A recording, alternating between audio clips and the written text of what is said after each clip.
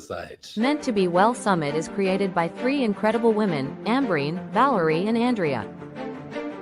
The main objective is to bring together experts from around the world to raise awareness about the importance of holistic well-being. This summit aims to explore the multidimensional aspects of well-being, including physical, mental, emotional, and spiritual health. This isn't just any event. It's a unique, global summit marathon designed to cover all time zones across the globe. We created this event because we genuinely care about you. We believe that everyone deserves to thrive and live a life of well-being. This summit isn't just about learning, it's about transforming your life. Our speakers are dedicated to inspire, uplift, and help you tap into your full potential. Join us, and let these world-class thought leaders guide you toward a higher level of mental, physical, and spiritual well-being. Thank you. Well, that was an amazing introduction for the summit. Well, very good, whatever time of day it is for whoever is joining us from wherever in the world. My name is Jai Narayan, and I welcome you all to this very interesting, and I'm also very certain important topic on accountability and compassion in mental health. Now, before we dive into the topic, can I have a round of introductions from our panel here? I shall begin with you, Andreas, in your own voice and your own word, your name, and of course, where are you from originally? Where are you now? And what is your area of expertise and experience? Andreas. Yes, good morning, good afternoon, good evening from wherever you sign in. My name is Andreas Doran. I'm a certified NLP and hypnosis trainer. That's just the official title. I'm originally coming from Germany. However, I'm arrived in this beautiful country called Malaysia in 1993. Spent some years also in Indonesia, Singapore, but permanently in Malaysia since the year 2000. Came across NLP in 2003. And when I was looking for ways to help people make changes in something called their mindset, and NLP, hypnosis, and other tools of the mind are the tools for me to help people get to the next level. It's really about mental health, well-being, breaking our own beliefs, limiting beliefs, and help people to get to a better spot. Love what I do every single day, and I'm welcoming everybody who is here in the summit right now. And I think the next one, Jay, you most likely call out Afzan, isn't it? Afzan has been waiting too long for these two men to stop speaking, I think. So Afzan, again, the same thing. Where are you from originally? Where are you now? What is your focus area of experience and expertise in mental health, Afzan?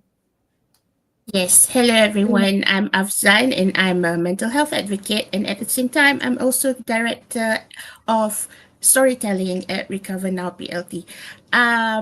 I'm not a clinical expert, but I'm a lived experience expert about mental illness, because I myself was diagnosed with bipolar disorder in 2019, and I use I like to say that I want to be the voice of those who are often misunderstood, because people with mental illness are often misunderstood. And I'd like to not just raise awareness, but also promote compassion and more understanding of people with mental illness. And I am now in KL, Kuala Lumpur.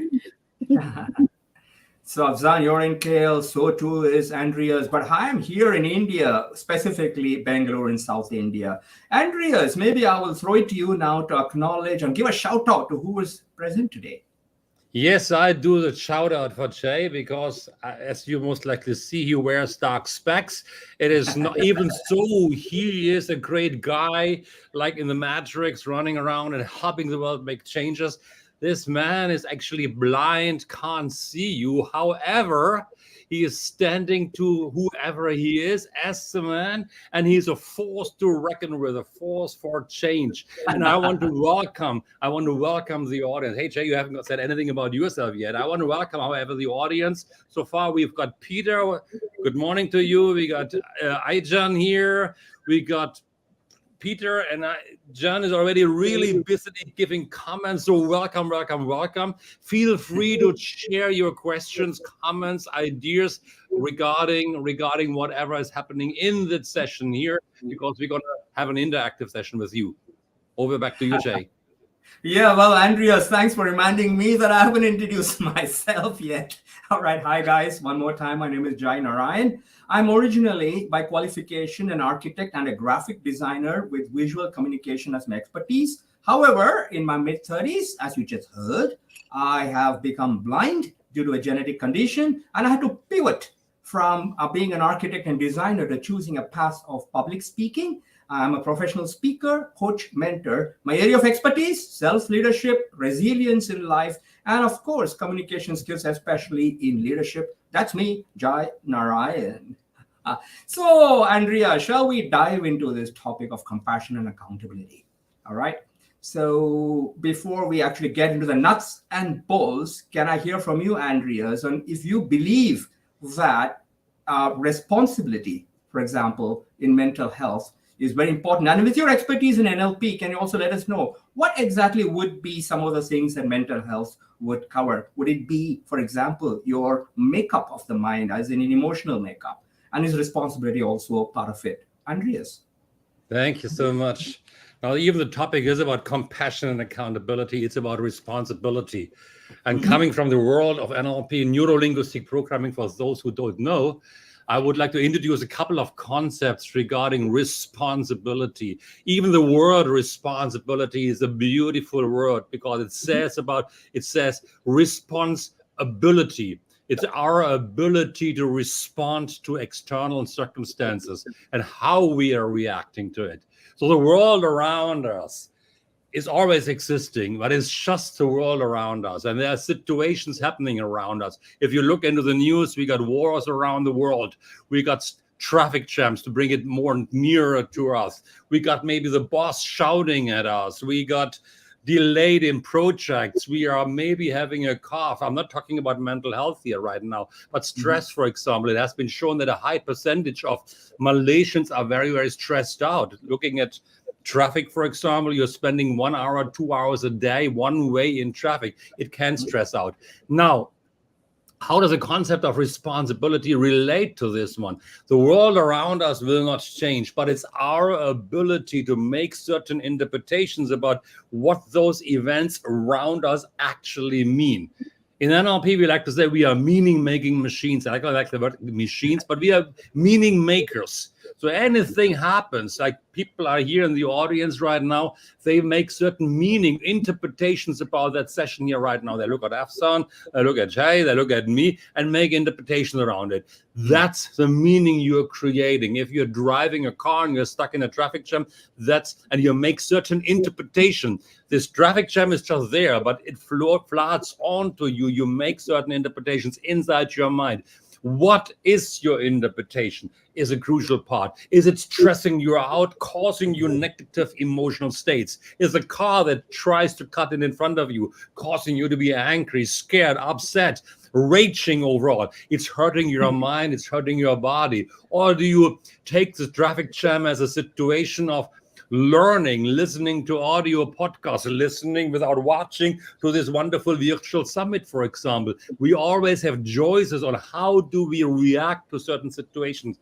And that is a choice we take. It's our responsibility. We can't change external circumstances, but we can change how we are reacting to it. And in NLP, we like to say also, we are responsible for everything that happens to us. Now, that's a hardcore concept. How does that relate to anything? Now, while I can't change external circumstances, I can say I am responsible for how do I react to it. I'm responsible if I'm late. If I go to a restaurant, I give normal examples, and I don't like the food, I have the responsibility to make a choice about it. Do I continue eating? Do I find something good about it? Or do I leave? If I'm unhappy during my day, I wake up, something happens. Is it my choice to stay unhappy? I'm not depending on external circumstances. It is my choice. How long do I want to stay unhappy? Or do I choose to do something that makes me happy inside of me? It's not the external circumstances that causes me to do anything, but it's about me. How do I do this? It is not about being selfish and just thinking about myself. It's of course taking care of others, but it's about me first, taking care of how do I feel.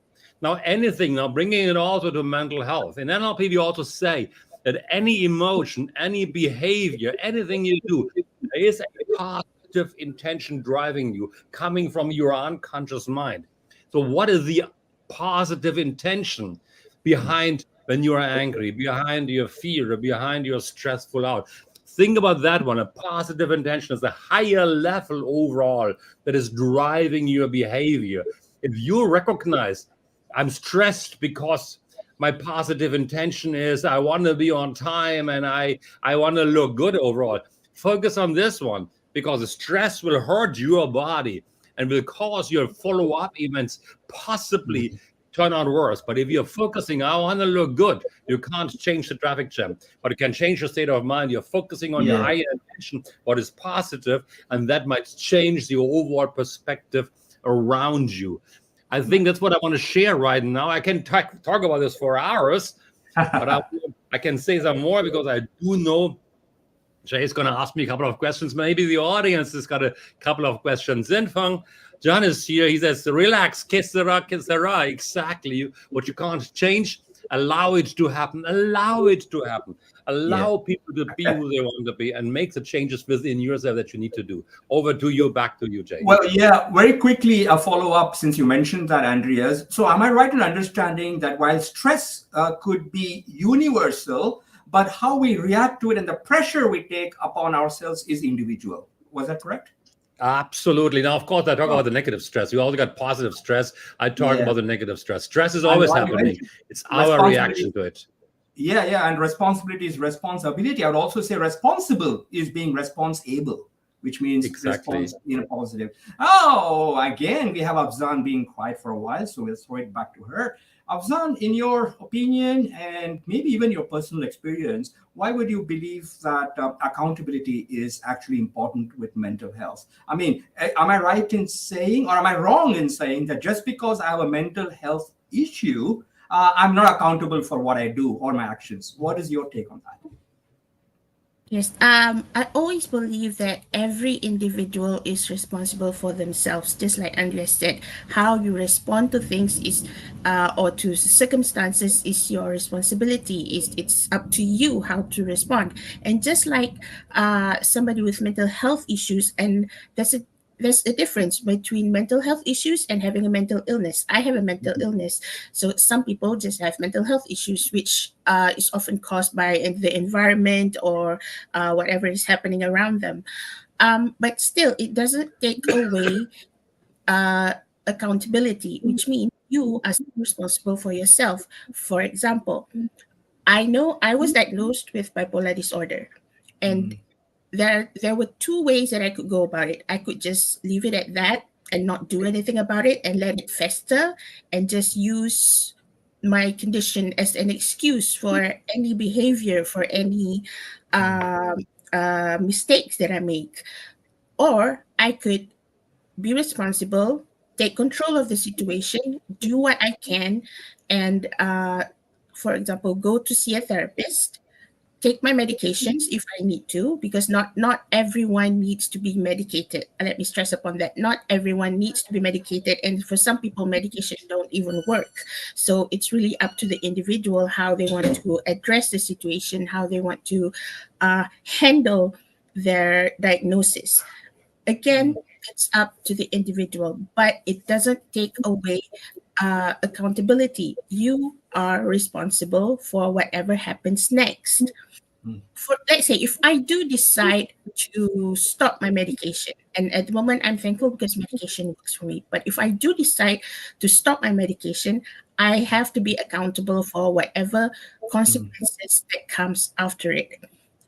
If the symptoms keep coming, if I keep on misbehaving with people, because, okay, if for those who don't understand bipolar disorder, I experience the extreme ends of the emotional spectrum. If I am low, I'm like very, very low. And if I'm high, the high emotions, happiness, excitement, confidence, all those will be like up there, not within the normal range.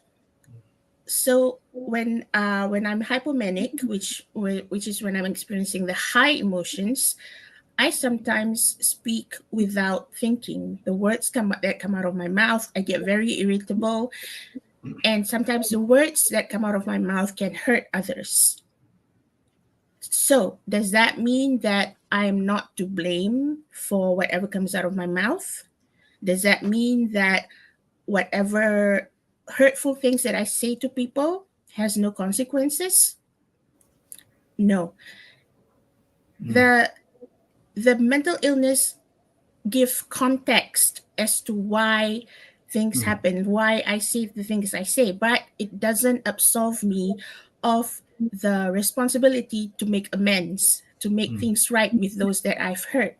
So there's that. And I do believe that no matter what, and no matter what situation you're in, you have to take responsibility. You have to bear the consequences of your actions, of your decisions. Understandably, there are things that are beyond my control, like impulses.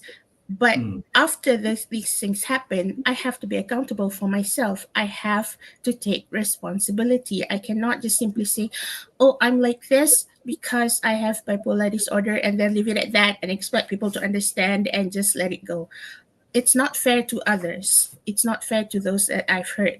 So although it gives context as to why I behave the certain way I do, it doesn't absolve me of the responsibility to make things right, to make sure I take my meds on time, to make sure that I get therapy and do whatever I can, so to minimize whatever hurtful things that I say to people, whatever actions that I do, as a result of my mental illness. Afzan, sorry. Yeah, sorry. Go ahead. I think it also means, for example, when you are on the side of saying hurtful things to people, that you are alerting them, getting to know them, for example, taking the responsibility to alert them, hey, if I am on this side of the spectrum, I might be hurtful. And it's their responsibility then ultimately to react to it positively, taking care of you with compassion ultimately. And I think that's when you are coming in, Jay. Yes. True. I just want to comment on that. And first of all, I think my key takeaway from Afzan's sharing, based on the information I've processed, is as human beings, we are none of us responsible for our feelings and emotions. However, we are responsible for the actions that those feelings and emotions might trigger, especially in a public setting, whether corporate or otherwise social. I do believe that what she shared is important. By the way, both Andreas and me would like to applaud you, Afzan, for being vulnerable today at this forum and sharing so much information about yourself. It's been amazing so far. I might just want to have a quick share about responsibility on my end. You see, I am now vision impaired. Actually, to be very honest, I'm totally blind. That does not absolve me or give me an excuse for just blindly, for example, crossing the street and maybe getting hit. And then if I live to tell the story, screaming at the person who didn't see, because I should know what the situation is and take care accordingly based on my challenges and my circumstances. So I don't think blindness gives me an excuse to behave the way I do. I got to be very careful about my actions. And it's taught me a lot, actually. In fact, in a very quirky sort of way, Andreas and Afzan, blindness has taught me to become more aware than I was when I was sighted about my environment. You know what I mean? So I'm a little more careful now. Andreas, would you like to touch a little bit on, the need for compassion, for example. We have spoken about accountability and responsibility. How about compassion when it comes to mental health? I would like you to also briefly touch about the importance of this in a corporate setup. I mean, how important is it for us to quickly understand what people within a team or each other or colleagues, etc., are going through for whatever reason, and make the right choices in our interactions with people? I want to say one more thing to what you just said, both of you just said earlier, namely relating to empowerment. It's not about blaming other people in certain situation, but it's about taking responsibility for your action. And that ultimately also leads to empowerment, that whatever you are having, you are empowering, you're constantly learning. If you are blaming, like Afzan could say, or you could say, I am like this, or I am like that, my apologies, I can't do anything, please help me, please help me, please help me. You are getting into in a state of possibly neediness, the wrong word, is a hardcore word overall. But if you're saying, okay, I am where I am right now, what can I do about here right now to improve myself, improve the situation of the people I'm living with? I just love what the two of you were saying right now. Now, the thing is about compassion. Compassion means to me, I think compassion is very natural. Look, when you're looking at videos nowadays, you see the tragedies around the world. Our heart goes out to those people because something is triggered inside of us of being compassionate. We want to reach out to help, and we feel helpless sometimes when we can't do it. Luckily, as an aside, we have the internet, we have enough possibilities nowadays to even help people across the world who are in need of something. But compassion leads for me when I'm working with somebody who is in a negative situation, who is in a bad state, who is about to do something. Compassion means, what can I do here right now to help that person, to give that person, to empower that person, not to take away their responsibility, but empowering the person to enable them somehow to at least take the first step to get to a better outcome ultimately. So that's compassion to me, to be also curious about what caused them to feel that way, what caused them to do certain things, even if it's negative things. I believe very strongly there's a diamond inside of all of us. So if somebody is very negative, and I'm coaching people, I do therapy with people, there's a lot of negative stuff I see. But these are all many times just behaviors build up. There's a reason why they do it. There's a positive intention why they do that stuff they're doing sometimes. I need to be compassionate, look beyond all the walls, look beyond all the trash, and see the diamond. It is my job as an NLP trainer, hypnosis trainer, therapist, whatever, as a human being, to help them and see the diamond, shaping it, not labeling the behavior, saying like, this is bad, this is negative, but what can I do? Where do I need to focus on? What is the limiting belief that holds that person back? What is the behavior we have to remove from the mindset? What is the shift in how they're looking at the world that allows them to see possibility, opportunities, chances for a better life? That's, to me, is compassion from my side overall, to reach out to people who see themselves perceivably as helpless, and give them the little things I can do to get them in a better space. I love that. I love that, Andreas, to empower them, to make them feel a little better about themselves too. And in that process, of course, you're empowering those around you, which probably also empowers you indirectly. But I love that. I think I liked your analogy of the diamond inside all of us. I mean, Afzan, you, me too. Yeah, we have this diamond inside us. But I think it's up to us, is it not, to actually tap into it, mine it, polish it, hone it, and be the best versions that we can be, despite our willingness. The willingness of the person to make the changes. And that's we're going to get back to what Afzan said earlier, being empowered or blaming circumstances. And if I say like, okay, I'm in a bad shape, I'm in a really bad situation, I can choose to blame everything around me. There's no chance. And it's okay to blame sometimes, but it's a matter of how long do you want to blame situations? And then say, okay, enough now. What can I do? And that's sometimes enough to start the changes happening. True. It's true. I mean, blaming doesn't solve anything at all. Yeah, Afzan. Yes, if I may add to what Andreas just said just now, I believe that, like for me, I don't like to see myself as a victim of my mental illness. Mm. I can play victim for as long as I want and just sit Hmm, back and just like, oh my God, woe is me. Life is this way. hmm, Everything is going bad for me because I have bipolar disorder.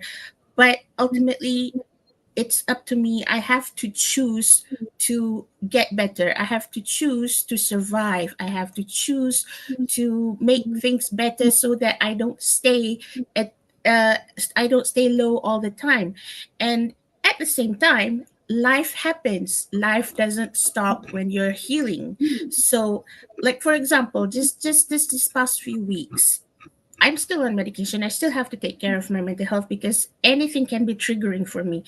But Mhm. the past few weeks, my father was in the hospital. He was even put in an induced coma for a couple of days. And again, life happens. Things happen around you, and um, at that time, I could just freeze and not do anything. But as his daughter, I have to choose to be practical, stop thinking about my own disorder at the time, and just do what I had to do to make sure he's comfortable, to make sure that everything runs smoothly. And yet, I have to balance it also with self compassion.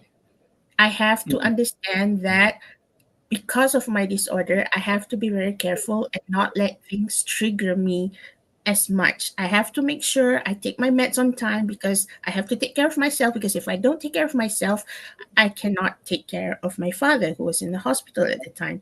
So there needs to be a balance between accountability and compassion. You have to be compassionate towards yourself because we are all human and Mm. we are multifaceted. Like Andrea said, we all have a diamond inside of ourselves.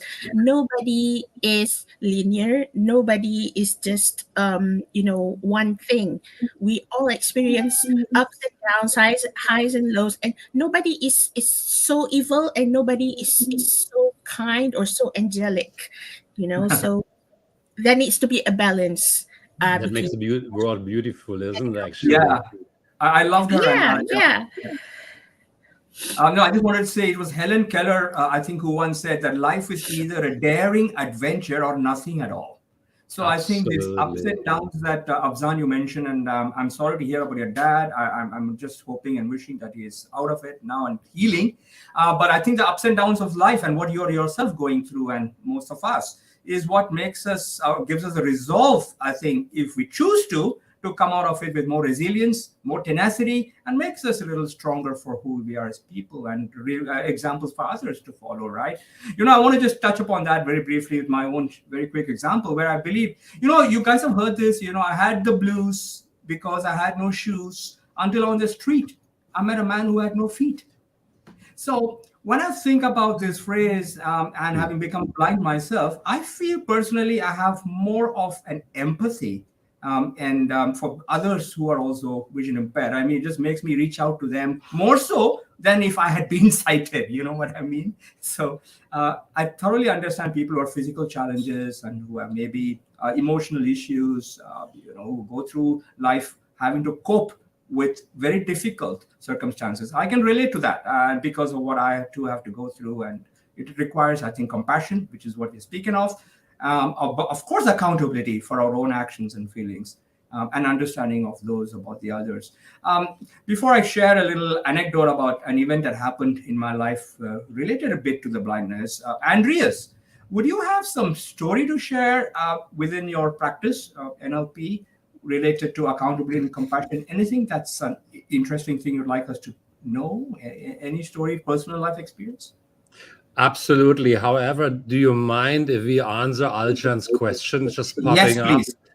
Yeah, Take it I Aljan away. have was a asking question. Aljan was asking a question to you and also to me, but Afzan also, I think you're also engaged in this kind of service to people, or I know you're an awesome person to do that. Aljan is asking, what is your feeling, Jay and Andreas, and also adding an Afzan, when clients say they don't have the money to pay for your coaching services?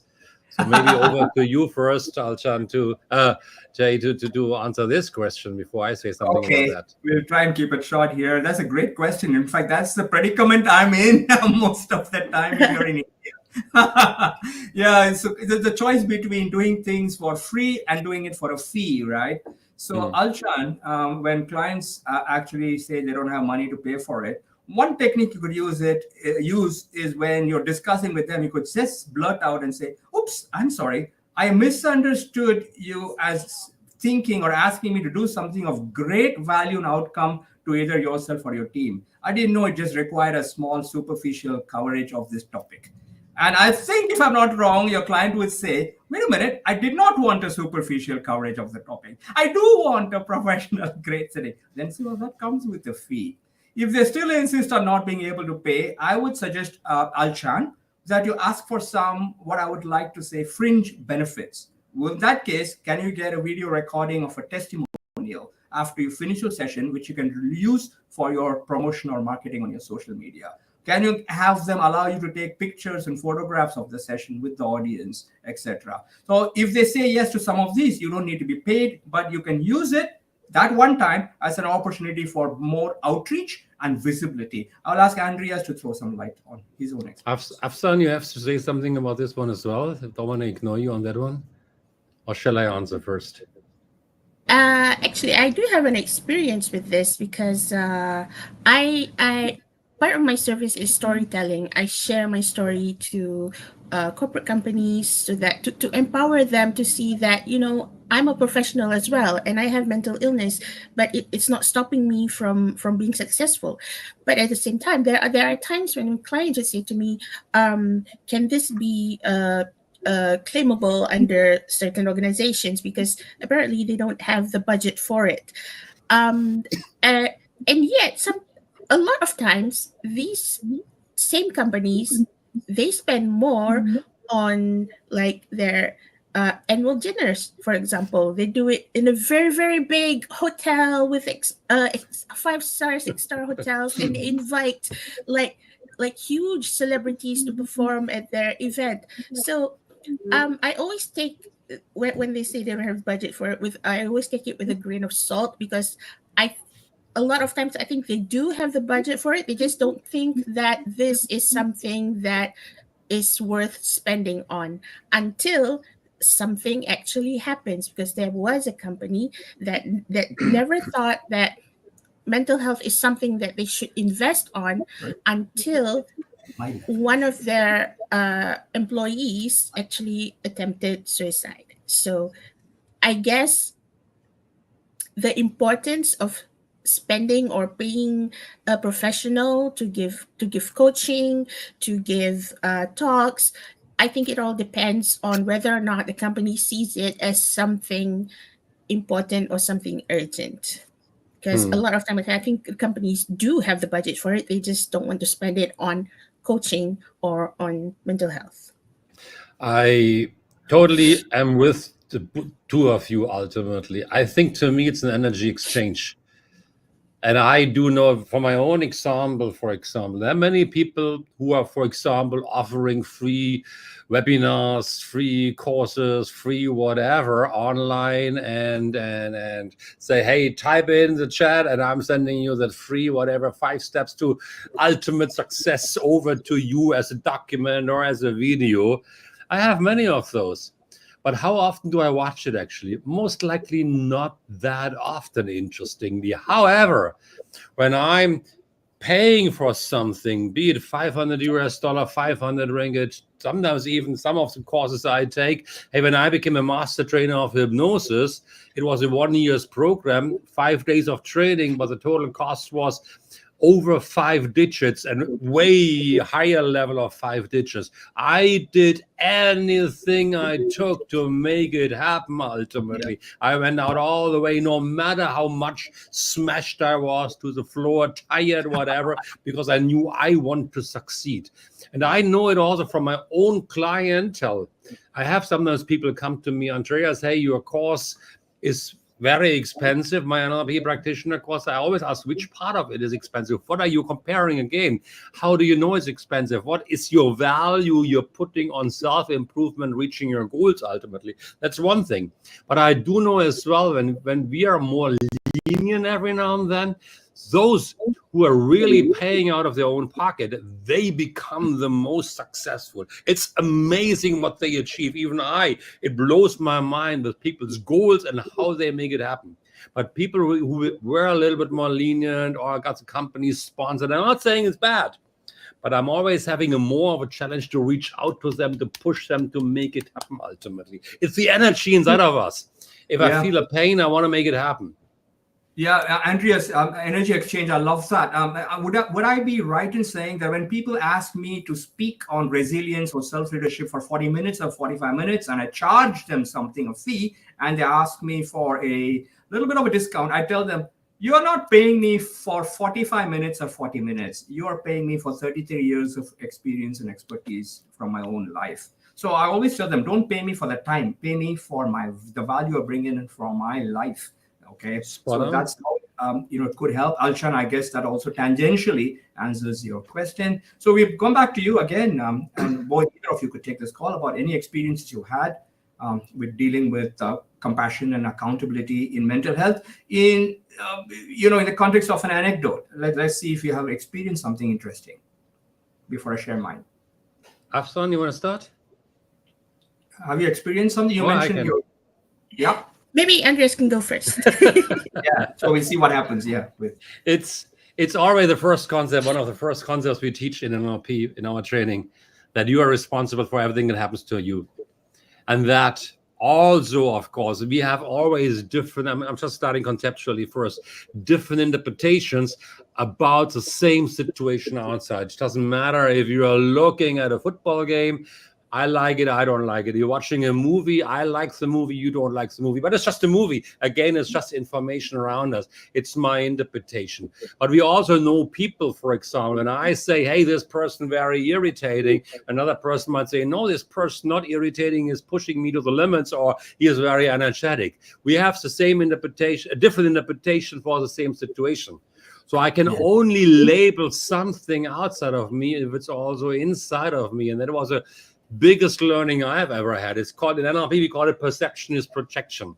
That means I can only see outside of me something. I can label it only outside of me if I always also have it inside of me, somewhere hidden away, positive or negative. And I had a situation a long time back when I was working with a company, went up way before my NLP training, before I became an NLP trainer.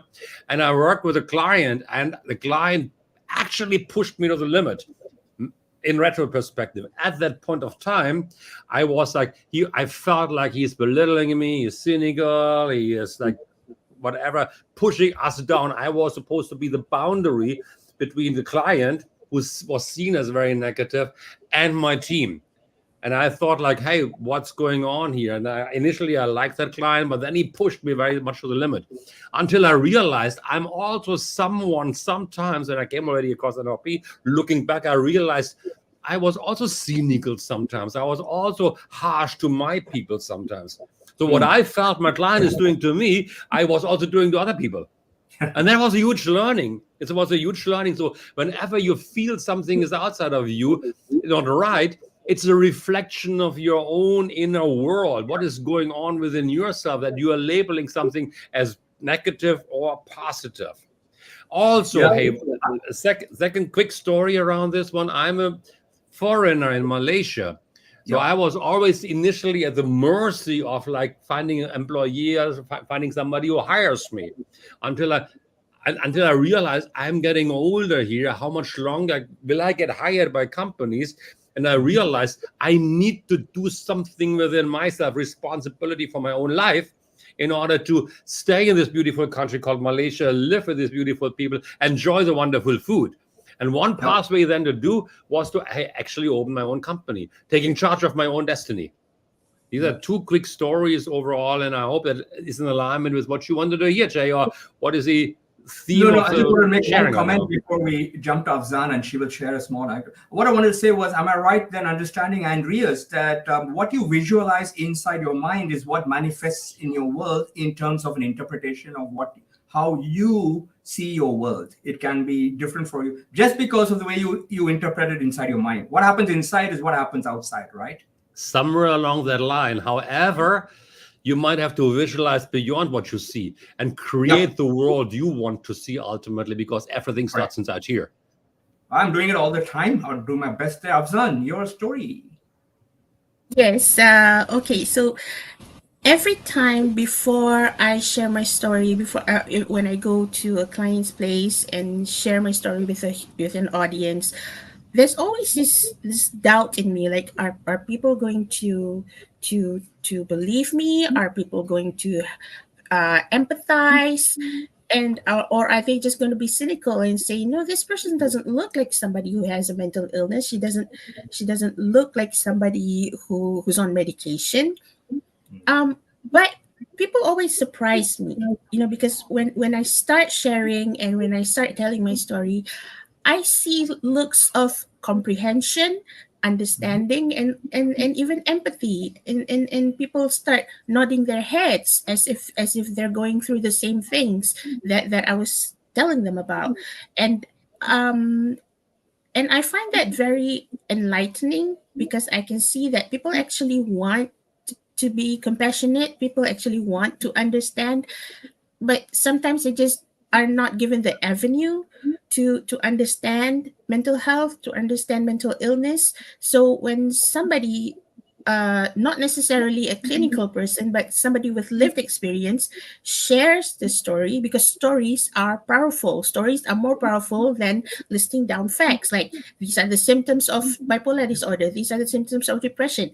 But when somebody with lived experience say, this is how I experience depression, this is how I experience hypomania, then it clicks with them. It makes sense to them, because it's actually something that they can relate to, and not just clinical facts.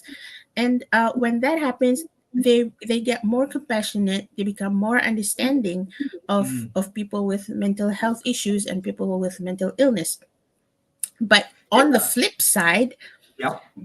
after every talk, I find that I often had to play counselor, because suddenly people just come to me with all their problems, their relationship issues, their breakups, and I'm like, I think you do need to speak to somebody professional, because I'm not a clinical expert, and I cannot give you advice. I cannot diagnose your situation. I cannot diagnose your symptoms, because it's very dangerous for me to do so, because I'm not the expert on that. I am an expert on what I experience, but I'm not an expert on what you experience.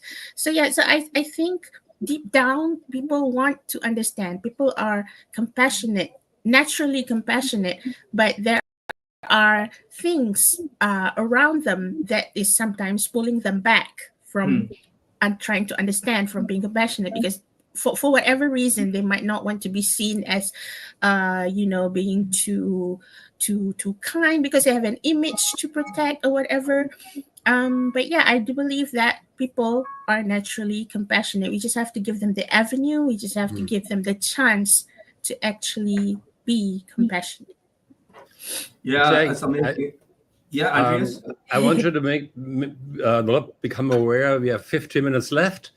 Maybe we're going to get started in the session right now, but giving them practical tips. And I do know you're a man who's always awesome tips to share. So My goodness. I just took over the moderation and play the ball. Yeah. Well, I'll just share one tip that I learned from my own becoming blind and having lived in Japan for nearly 17 years, and also all the other experiences I've had in terms of understanding my environment around me. I have learned that I have to use, now obviously not my visual acuity or sense, Andreas and Afzan, but my senses of hearing, smelling, tasting, touching, and feeling. And I think this is how you reach out and connect with people. In my case, of course, definitely not being able to see them. So the tip I learned is ask yourself these very fundamental 3 questions. Who am I? Where am I? Why am I there? And you might throw in a fourth is, and who am I with? I'll repeat that. Who am I? Where am I? Why am I there? And maybe who am I with? I've always asked myself this question before stepping out or being in a social setting, or maybe at an event, or even at an airport lobby or a hotel. Who am I? Where am I? Who am I with? Why am I there? And if I have the answers in my mind to this, I'm able to adjust quickly or adapt to whoever I'm with to understand what they go through. So that is my tip for this power questions. If you answer that, you will become more effective as a person. I would also throw in quickly the Stephen Covey habit where he says, seek first to understand, then to be understood. And that's why that's super powerful. It's called mutual understanding. I think it touches upon compassion and accountability. Seek first to understand, then to be understood. Your thoughts? Closing comments now, guys. Wow, I am just blasted to the walls by these questions you just shared with us, Jay, because these are questions I think many people have never asked themselves. Yep. If I may just jump in, Afzan, before I hand it over to you, Go I'm ahead. always telling, and I think it's really, you broke down a huge concept. I'm always telling people, live intentional, live consciously, be aware of who you are as a person, and you added a couple of situations. And most of us live very much on autopilot. And we wonder Yep. how time flies by, how come something happens, how come whatever, it's already nearly Christmas or New Year's Eve, whereas a year's gone by. It's about conscious living, taking notes, becoming aware of who you are as a person. How do you communicate the impact you had? And you broke it beautifully down in the couple of questions overall, because most people are not aware of who they are. To add on to this one, and I really love that concept already, how to add on to this one. I would add on, but I said earlier, we can only see outside of us what is inside of us. Everybody is your teacher. If there's something that is not right in your life, you're talking to something, or you're feeling negative about something, what can you learn about that situation to get to a better spot? It's always about learning. Stop blaming and learning from that situation. If there's somebody around you you just simply can't stand, I promise you, if you learn what you needed to learn from that person who made you so angry or pisses you off, if you learn what you needed to learn, that person will no longer negatively exist in your life. Not that the person disappears, but the issue simply disappears. You will feel peaceful, and you will have a normal relation with that person. It's not about the others, it's always about you. Over to you, Okay. Afzan. Yeah, Afzan. Yes. I also like Jay's questions because there's this one thing that I often tell myself, who am I? I am not my illness. Bipolar disorder is something that I have. It's not who I am. And I always say this because a lot of times uh, people seem to say that, oh, she's like that because she's bipolar. But we need to know the difference between symptoms of mental illness and also character. And my character is different than my symptoms. And I always tell myself, I am not my mental illness. And I have to, and a lot of times I have to keep telling myself that because face it, I'm only human. There are times when I feel like it's me against the world. And, but again, it's a matter of accountability. Take good care of yourself and know yourself well, because one good thing that came with with my diagnosis of having bipolar disorder is that I started to find myself again, learn to know who I truly am again, because I think in my childhood, I knew who I was, but then along the way, became a teenager, became an adult, and suddenly I lose myself. And then this diagnosis got me to really, really look deep into myself and learn who I am, what I like, what I don't like, and to tell the difference between my symptoms and my character, because those Yep. are two very different things. And another thing I would like to say, sorry, Jay, when you talk about compassion, you don't just need to have compassion towards yourself, even for somebody with a mental illness like me, I need to have compassion towards those who do not understand what mental illness is. Because I believe that people are not intentionally rude or intentionally unkind. Sometimes it's just because they don't understand, and I need to have compassion towards them as well, because what they need is knowledge and more awareness. I cannot just simply say, "Oh, they're just not even trying to understand." I cannot say that, because a lot of times they do want to understand, they just don't have the avenue to do so. I totally agree. I'm going to touch very briefly upon Andrea's comment about diamonds inside each of us. This is the first two lines of a very popular Pink Floyd song called Shine On, You Crazy Diamonds, where he said, remember when you were young, you shone like the sun. So shine on, you crazy diamonds. My closing comment before I hand it to Andreas to close it is, there was, I think, a comment by Abraham Lincoln who once said, I don't like that person. Maybe I should get to know him better. So I think before we judge people, we should first get to know them a little better before we make any conclusions. I thought it was a very powerful statement indeed. So Andreas, it's all yours now to close this. Putting the challenge onto me. I love the overall session. I want to thank to Afzan, to Shay, to Andrea for organizing it. Of course, he just jumped on, and maybe also say thank you to me who makes the time for the session. I would like to thank the audiences. Maybe you add on some of the comments of your your learning of that session. I loved it because I realized, first of all, we are more than who we think we are.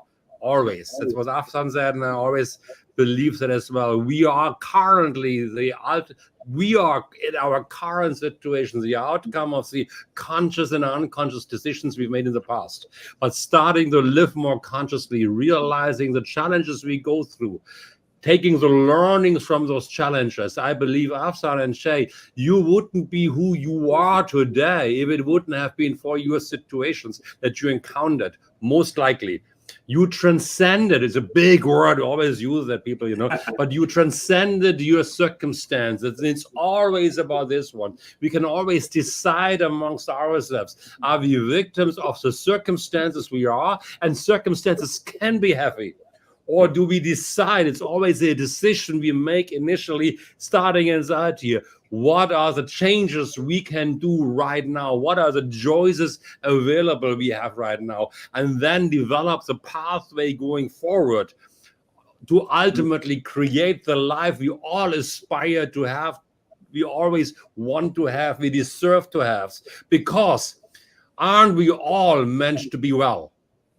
Yep. And with that one, yes, I hand over to Andrea. Thank you so much, guys. And before I say anything, I just want everyone to stay silent for a few seconds. Just sit very up straight and just take in what you have listened to. I will give you 30 seconds and pull out a few thoughts, a few things that you heard, and just remember them. Just put it into your system, record them. I give you a little time.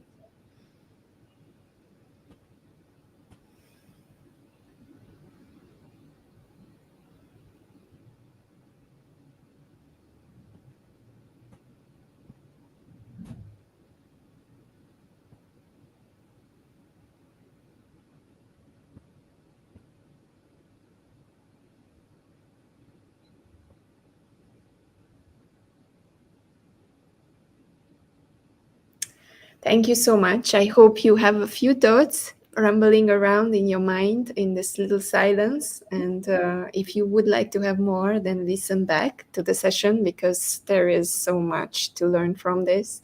I think the beautiful combination of the three of you made it so special, because someone is coming from the lived experience, someone is coming from the person who makes people more aware, like Andreas through the NLP, and there is someone who is just communicating the message in a way that is just stays with you. Like if you remember the quotes that Jai said today, and it comes back to you, then you already will have something in your mind that will remind you of all the things that this session was about. And if you listen to Afzan and how you have to be compassionate about other people's and yourselves at the same time and understand all the picture that you have in front of you, it's just takeaways that you just need to digest first and take it with you. Thank you so much, and thank you for Peter, you and of course the hardcore people,